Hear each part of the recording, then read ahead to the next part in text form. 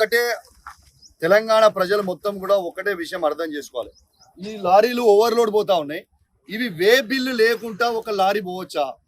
Without way bills lorry పోతున్నాయి అంటేనే మీరు అర్థం చేసుకోండి అది ఎన్ని టన్నులు ఉన్నాయి అంటే 75-80 టన్నులు ఉన్నాయా 100 టన్నులు ఉన్నాయా మాకు తెలియదు. ఎందుకంటే వే బ్రిడ్జ్ చూపిస్తలేదు.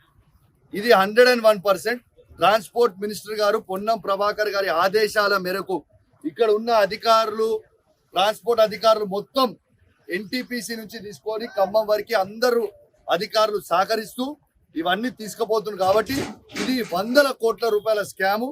డైలీ ట్రాన్స్పోర్ట్ మినిస్టర్ గారికి 50 లక్షల రూపాయలు దీని మీద అందుతున్నాయి అని చెప్పి నేను ఆధారాలతో సహా లైవ్ గా చూపిస్తా ఉన్నాను.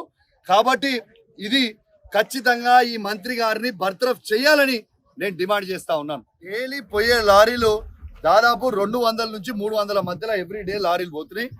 ఒక్క లారీ ఖర్చు 20 నుంచి 25 వేల రూపాయలు అవుతుంది. లీగల్ గా వే బ్రిడ్జ్ వేసుకొని పోతే 32 టన్నులు మాత్రమే తీసుకొని పోవాలి.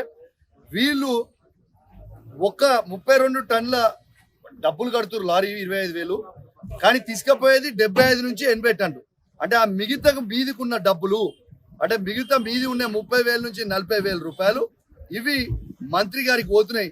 ఈ 40,000 రూపాయల నుంచి ఈ 30 నుంచి 40,000 ఇంటూ 250-300 లారీస్ మీరు వేసుకోండి. మీకు డైలీ మంత్రి గారు సంపాదించిన 50 లక్షల లెక్క మీకు దొరికిపోతుంది, చూసుకోండి.